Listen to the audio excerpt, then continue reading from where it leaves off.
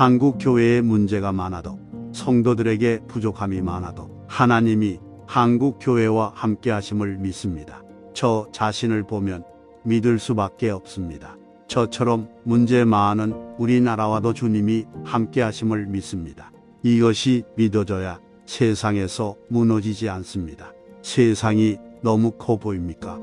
하나님의 존재는 가물가물하게 보이는데 세상은 분명하고 큰 문제로 보입니까?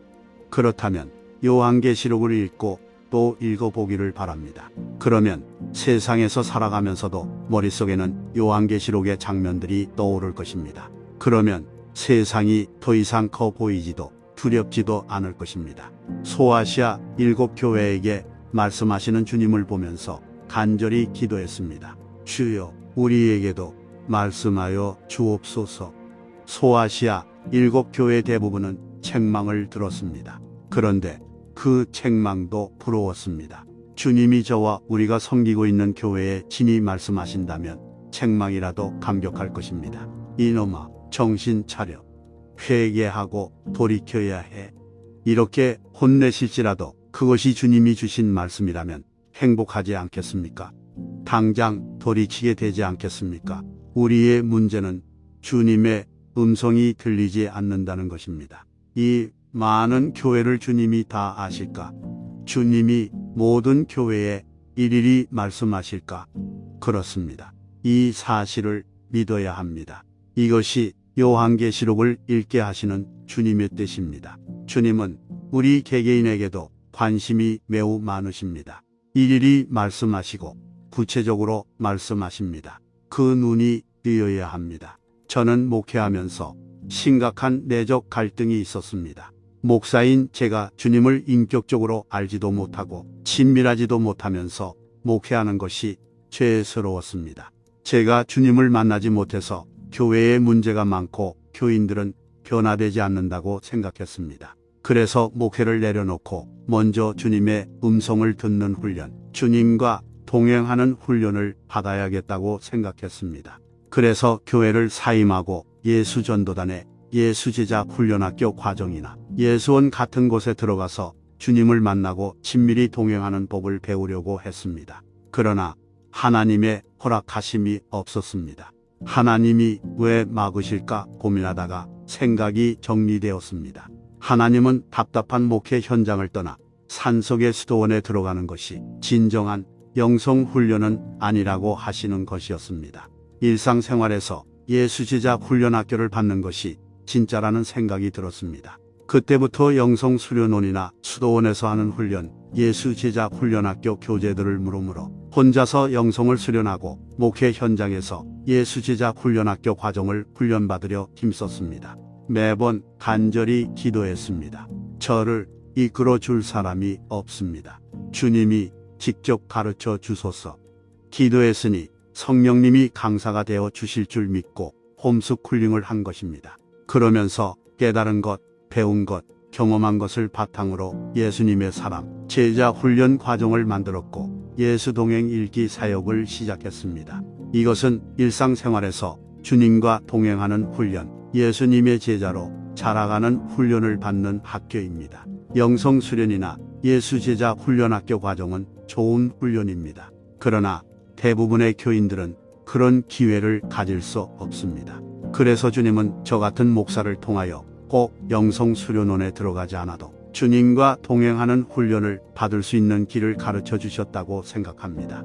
외로운 밤모섬 감옥 아니었지만 영광의 주님을 보고 쓰러진 요한은 주님이 주시는 말씀과 묵시 앞에서 정말 행복해서 목 놓아 울었을 것입니다.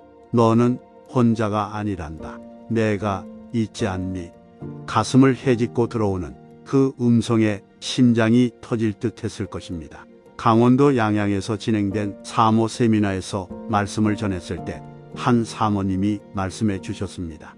앞으로 목회 어떻게 하나? 사모 역할 어떻게 감당하나? 너무나 두렵고 고민이 되었는데 목사님 말씀에서 답을 얻었어요. 내가 있잖아. 하시는 주님의 음성이 답이었습니다. 요한계시록을 펼치십시오. 주여, 우리에게 말씀하여 주옵소서. 기도하면서 읽어보기를 바랍니다. 내가 있잖아. 너는 혼자가 아니야 하시는 주님의 음성을 듣고 주님을 바라보게 되기를 원합니다. 유기성 목사님의 말씀입니다. 이 메시지의 핵심을 정리해 봅시다. 첫째, 한국 교회에 존재하는 문제와 결점에도 불구하고 우리는 하나님이 우리와 함께 하신다는 믿음을 굳게 붙잡아야 합니다. 세상의 어려움에 직면할 때 우리는 하찮게 느껴지고 압도당하기 쉽지만 요한계시록을 통해 내가 여기 있다는 주님의 음성을 들어야 합니다. 둘째, 진정한 영적 훈련은 주님의 음성을 듣고 주님과 친밀하게 동행하려고 노력할 때 일상에서 일어납니다. 셋째, 소아시아의 7교회가 그랬던 것처럼 우리도 주님의 책망을 들어야 합니다. 우리는 회개하라는 부름을 받으면 즉시 돌이키고 교정을 받기를 열망해야 합니다. 주님께 우리에게 말씀해 달라고 간구하고 열린 마음과 정신으로 요한계시록을 읽어봅시다. 그분을 신뢰하고 날마다 그분과 동행하며 성장합시다. 이제 이 말씀을 기억하고 묵상하면서 함께 기도합시다. 하나님 아버지, 만물을 주관하시는 주님의 위대하심과 주권을 인정하며 경외와 경건함으로 주님 앞에 나옵니다. 우리는 한국 교회 안에 존재하는 문제와 결점에도 불구하고 주님께서 한국 교회와 함께 하심을 믿습니다. 또한 우리는 주님께서 우리 개개인과 함께 하시며 주님만이 하실 수 있는 방식으로 우리를 인도하시고 말씀하신다는 것을 믿습니다.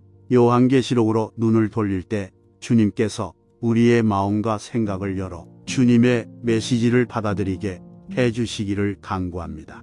요한이 본 종말론적 환상의 상징과 의미를 이해하도록 도와주시고 그 환상이 오늘날 우리의 삶에 어떻게 적용되는지 알려주소서.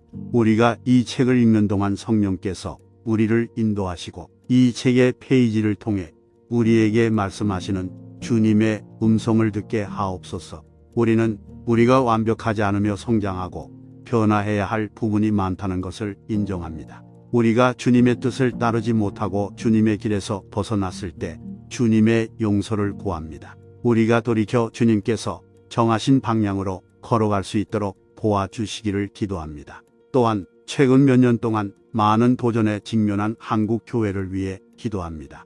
교회의 지도자들과 성도들을 강건케 하시고 붙들어 주시고 그들이 직면한 어려움을 헤쳐나갈 수 있도록 지혜와 분별력을 주시기를 간구합니다. 그들이 주변 세상에 주님의 사랑과 은혜를 비추는 빛이 되게 하시고 전 세계 신자들에게 희망과 영감의 원천이 되게 해주시기를 기도합니다.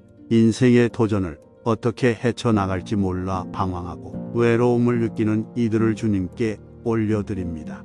그들이 내가 거기 있다 는 주님의 음성을 듣고 주님의 임재 안에서 위로와 평안을 찾게 해주시길 기도합니다. 질병, 재정적 어려움, 관계 문제 또는 다른 형태의 고난으로 어려움을 겪고 있는 사람들을 위해 기도합니다. 그들이 주님의 사랑과 보살핌을 느끼고 주님만이 하실 수 있는 방식으로 그들의 필요를 채워주시길 바랍니다. 주님과의 관계를 더욱 깊게 하고 예수님의 제자로 성장할 수 있는 예수 인격 제자 훈련 과정과 예수 산책 일기 사역을 제공해 주셔서 감사합니다. 우리가 이 자료들을 활용하고 주님께서 우리를 내면으로부터 변화시켜 주시기를 바랍니다.